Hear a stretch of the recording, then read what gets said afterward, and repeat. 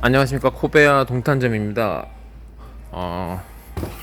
오늘은 이제 8월 16일이 됐습니다. 8월 16일 어저께가 광복절이었고요. 오늘은 이제 8월 16일이 됐습니다. 어제까지 비가 좀 왔었는데 오늘은 여름 다 간 것 같습니다. 가을 날씨를 방불케 하는 약간 이제 그 습한 기운도 없어지고, 그 다음에 바람도 지금 이 바람 개비는 지금 돌지 않고 있지만 바람도 좀 있습니다. 바람도 좀 있어서 그 습한 기운이 일단 없으니까 되게 쾌적한 느낌이 드는 그런 날씨입니다.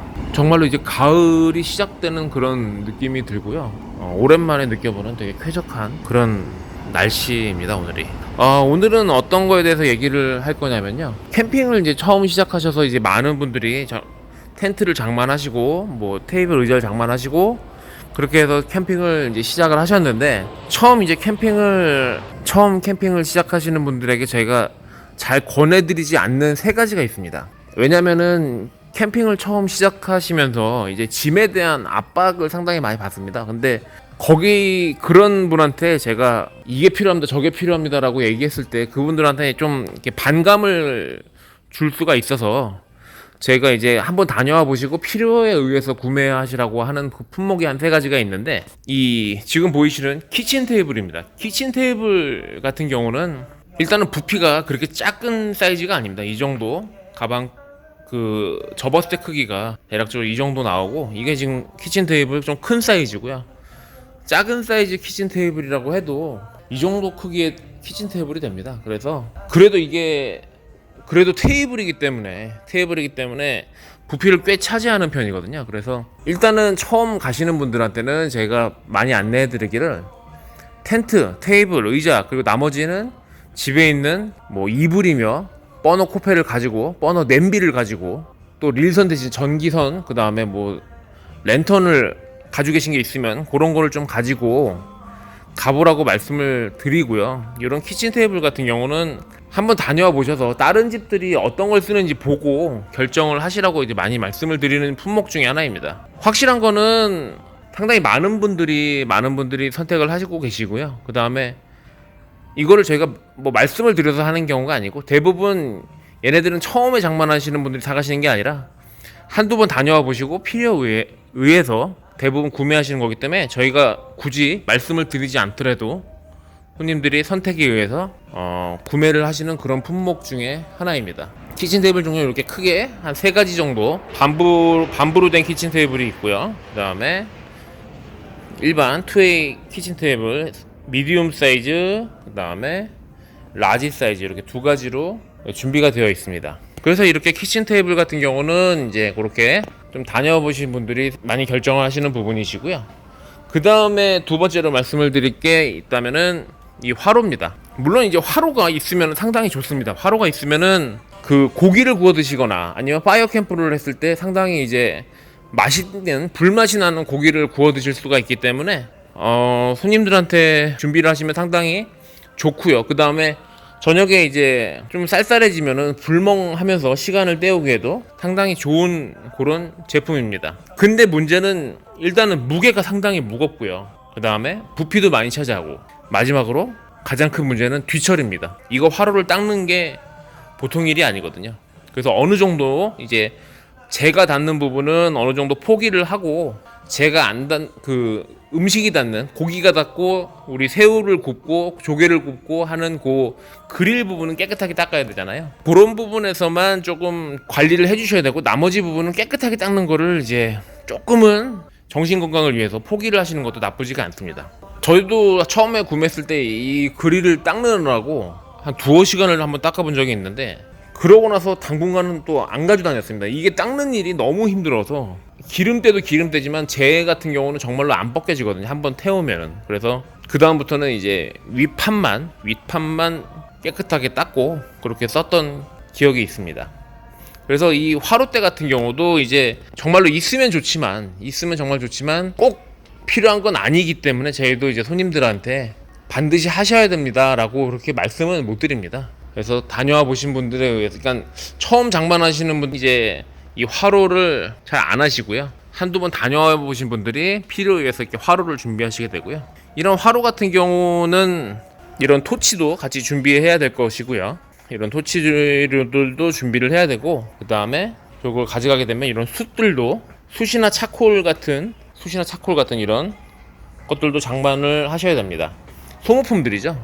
그리고 불멍을 하실 경우에는 이렇게 장작들도 준비가 되어 있으니까 장작도 아마 불을 피우시더라도 그런 연기나 이런 부분에 대해서 조금 더 좋을 것 같습니다. 그 다음에 이제 세 번째로 이제 캠핑을 다녀와 보신 분들이 장만하는 게 캐비넷 혹은 저기 보이시는 저 식기건조망입니다. 이 식기건조망입니다. 식기건조망. 자, 왜 캐비넷이 이 식기건조망이 되겠습니다. 이 캐비넷이나 식기건조망이 왜 필요하냐면은 캐비넷 같은 경우 이제 캠핑을 나가게 되면은 모든 짐들이 이 테이블 위에 지금 테이블이 뭐 크다고 생각하면 상당히 큰데 실질적으로 이 위에 모든 짐들이 올라가기 때문에 정작 식사를 하거나 아니면 테이블 위에서 뭔가를 하시려고 마음을 먹었을 때 짐들이 너무 많아서 어떤 일을 하거나 식사를 하기가 힘든 상황이 됩니다. 그래서 그런 너저분한 것들이 이 캐비넷 안으로 다 들어가 버리게 됩니다. 그래서 만약에 캐비넷이 있다면은 좀 더 쾌적하게 이 테이블을 좀 더 쾌적하게 사용을 하실 수가 있게 됩니다. 근데 이 캐비넷 자체가 있으면 좋지만 가격적인 부담이 좀 있습니다. 가격적인 부담이 좀 있기 때문에 이 3만원 선에서 해결할 수 있는 게 이 메시 드라이어입니다. 식기 건조망인데 말이 식기 건조망이지 실질적으로 식기를 건조하는 건 잠깐이고요. 어떤 부식이나 식재료나 아니면 뭐 어떤 모든 것들이 다 들어간다고 보셔도 됩니다.